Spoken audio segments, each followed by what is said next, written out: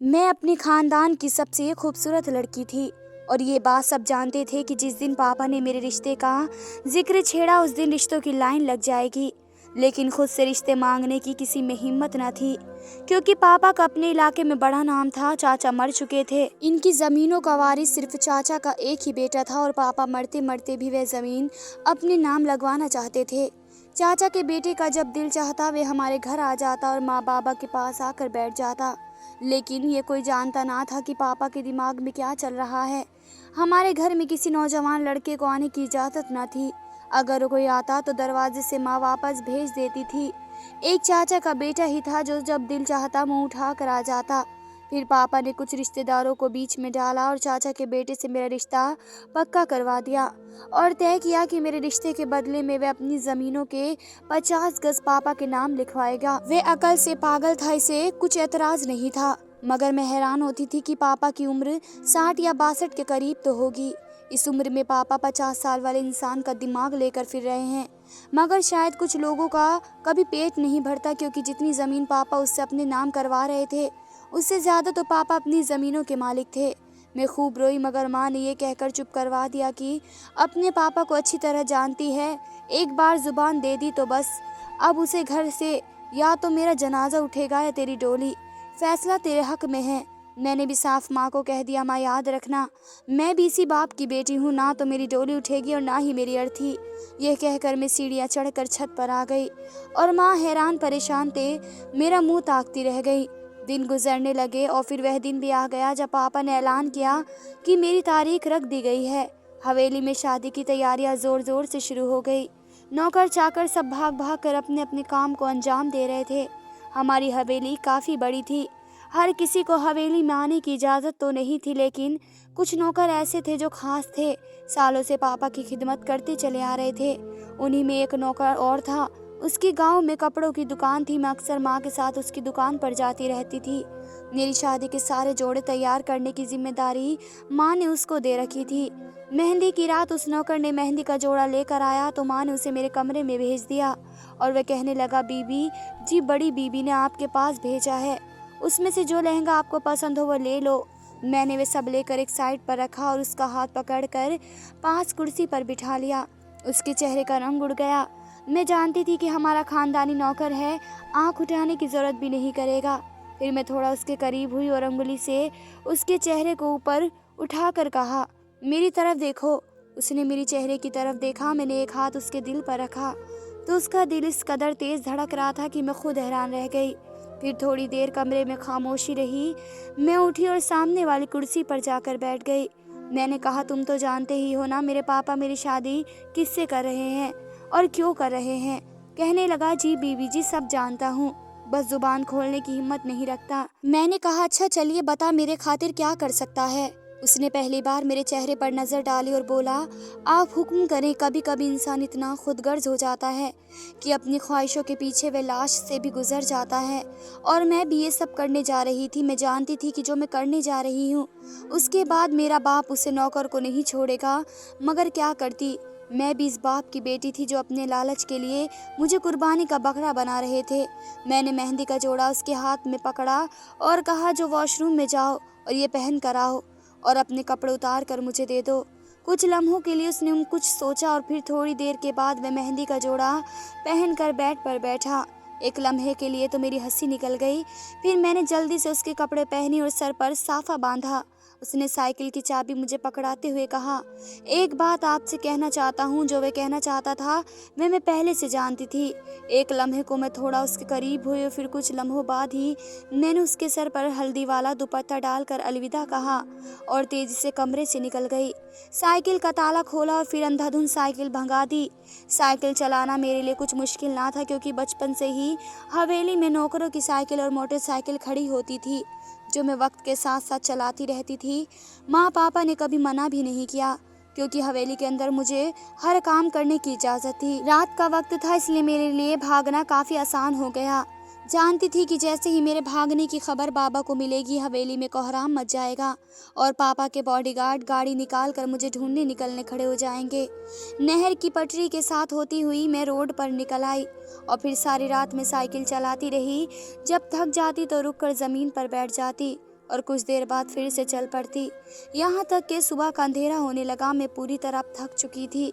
मैंने करीबी मंदिर में पनाह लेने का सोचा। मंदिर में गई, मुंह धोया और पंडित के पीछे जूता करने लगी। मर्दाना कपड़े और सर पर साफा होने की वजह से किसी ने खास तवज्जो मुझ पर न दी।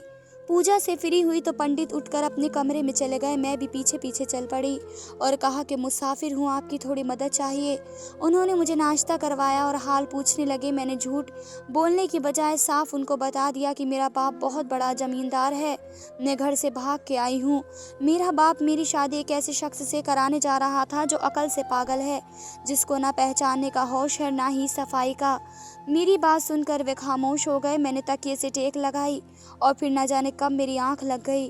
थोड़ी देर बाद एक झटके से मेरी आंख खुली तो पंडित बाहर किसी से फ़ोन पर बात कर रहे थे। मुझे अंदाज़ा हो गया कि वे किसी पुलिस वाले से बात कर रहे हैं। मैं समझ चुकी थी कि मुझे पनाह देना पंडित के बस की बात नहीं। मैं बची हुई रोटी के 2 पीस उठाकर खाए और उनके कमरे से बाहर निकलकर उनको प्रणाम किया और उनका मोटरसाइकिल उठाकर भाग पड़ी। मोटरसाइकिल की चाबी उनके कमरे में पड़ी थी, मैंने देख ली थी। मौका पाकर मैं मोटरसाइकिल लेकर निकल पड़ी। वे पीछे से आवाज़ देते रह गए। दिन निकल चुका था। सड़क पर काफ़ी ट्रैफिक मौजूद था। सड़क पर अब जगह जगह साइन बोर्ड भी नजर आ रहे थे। काफ़ी देर तक चलने के बाद मुझे अंदाज़ा हो गया कि मैं पंजाब पहुंच गई हूँ। जिस रास्ते पर अब मैं चल रही थी यह भी एक नहर थी। न जाने कितनी देर में चलती रही, लेकिन अचानक नींद की वजह से मुझे एक झटका लगा और मैं एक गाड़ी से टकरा गई। मैं तो बच गई थी, लेकिन उसकी गाड़ी का काफ़ी नुकसान हो चुका था।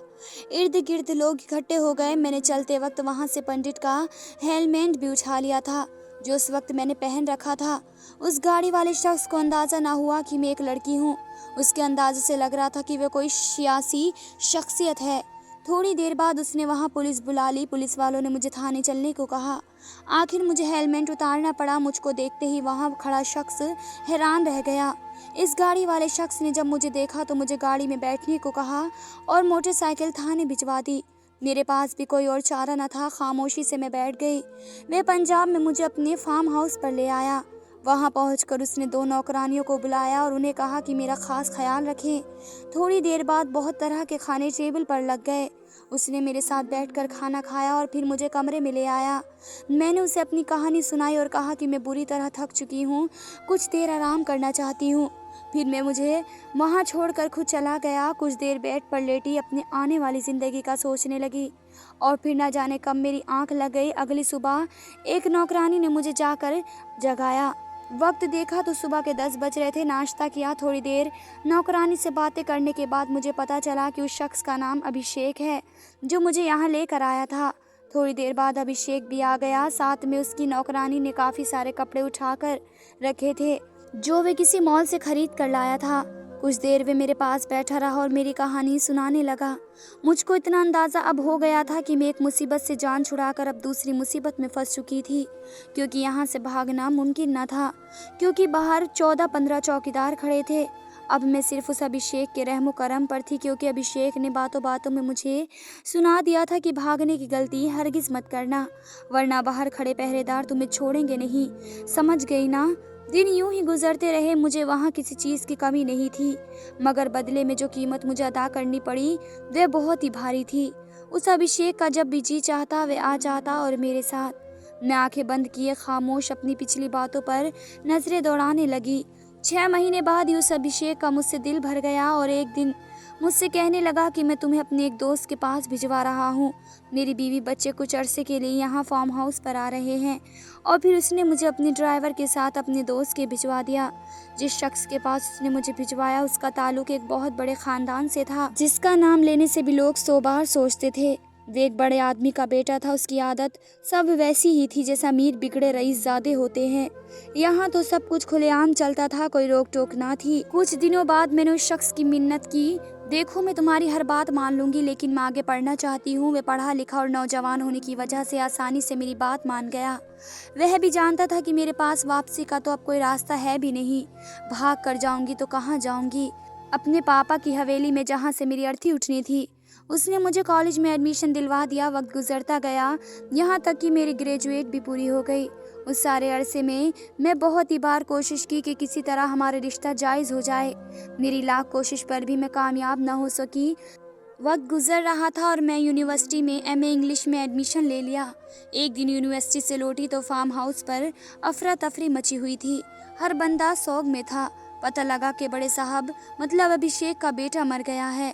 मुझको भी बड़ा दुख हुआ। वे अपनी बीवी बच्चों को लेकर ज़मीनों पर गए हुए थे। न जाने कैसे वह बच्चा मोटरसाइकिल के साथ लिपट गया और हाथों हाथ ही उसकी मौत हो गई। मैं जब से यहाँ आई थी कभी उसके घर न गई थी। इतना ज़रूरी जानती थी कि उसकी बीवी बच्चे हैं, मगर ये सोग ऐसा था कि मुझसे रहा ना गया। मैंने ड्राइवर को कहा कि मुझे उसके घर लेकर चलो। पहले तो वह मना करने लगा। साहब ने सख्ती से मना किया है, मगर जब मैंने उसकी बहुत मिन्नतें की तो वह मान गया और मुझे लेकर उसके घर आ गया। घर बहुत ही बड़ा था और लोगों का एक झुंड था।